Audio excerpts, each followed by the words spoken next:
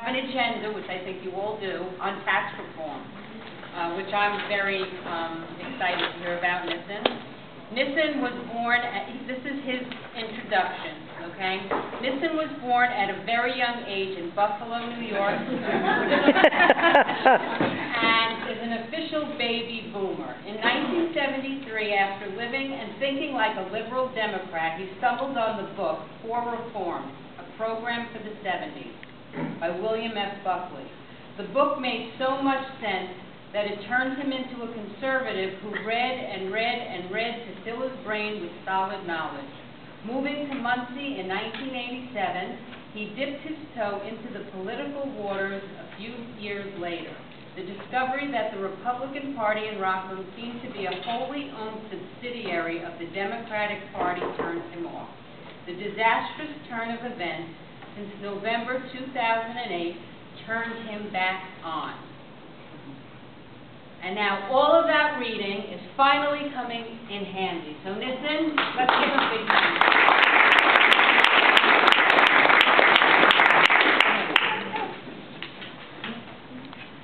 You have no idea how lucky you are tonight. Because I was going to sing this instead of read it for myself. You know, that would empty out the room, so we don't have to do that. But, you know, most of us remember a very great catchy tune.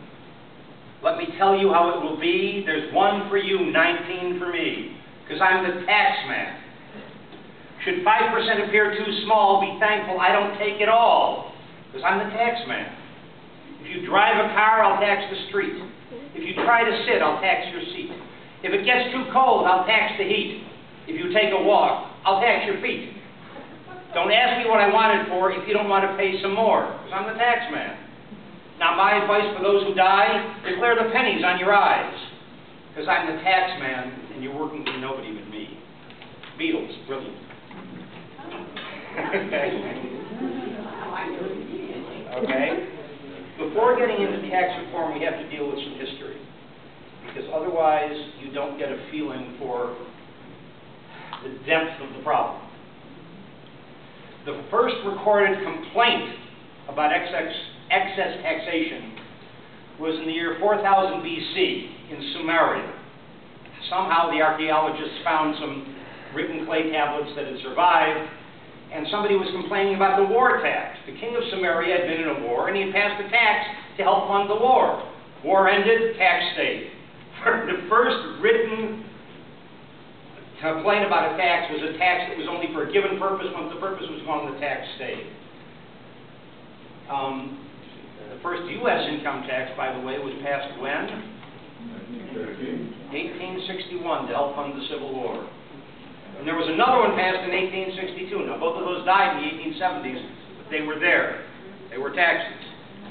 And they were able to do that because the Constitution that we all love has, in Section 8 of Part 1, the following opening.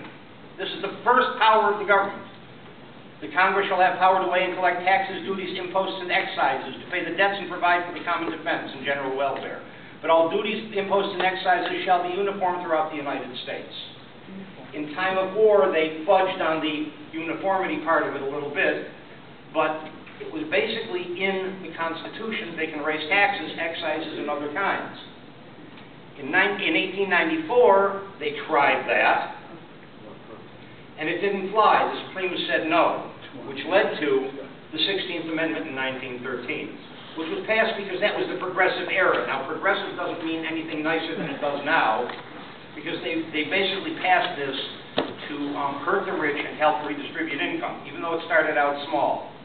Again, to get a feeling for the strength of the necessity of taxes, which you don't like to talk about, but it's real. The reason we have a Constitution is because the Article of Confederation didn't permit the federal government to collect enough taxes to be functional and to take care of its debts. In 1791, the Congress passed an excise tax on whiskey.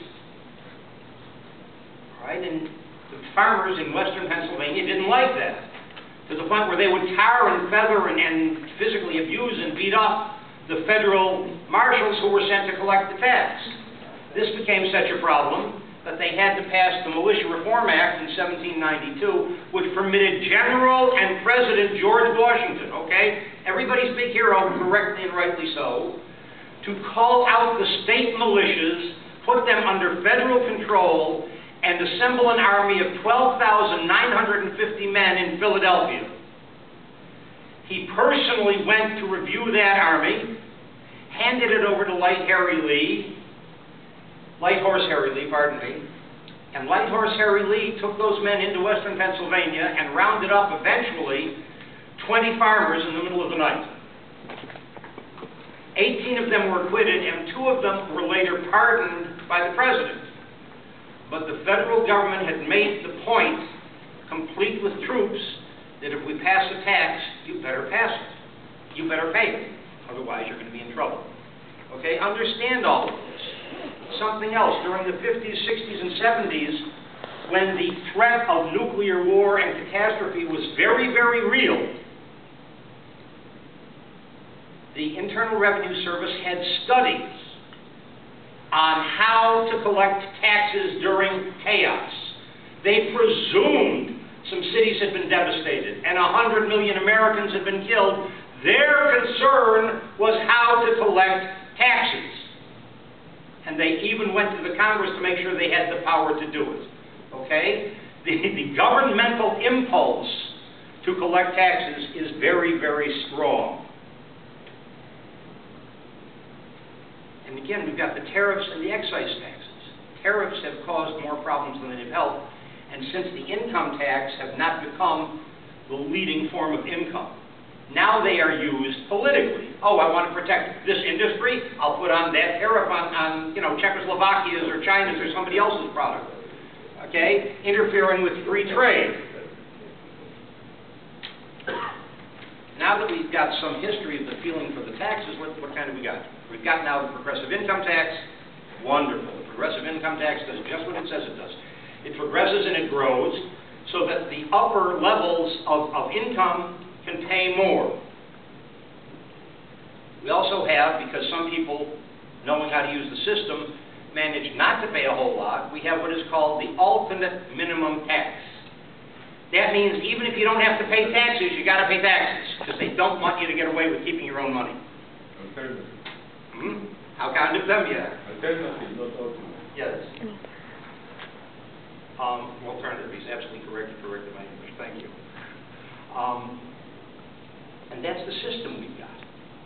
The 2 alternate systems that have been proposed are the VAT tax, the value-added tax, which is also called the fair tax, and the flat tax.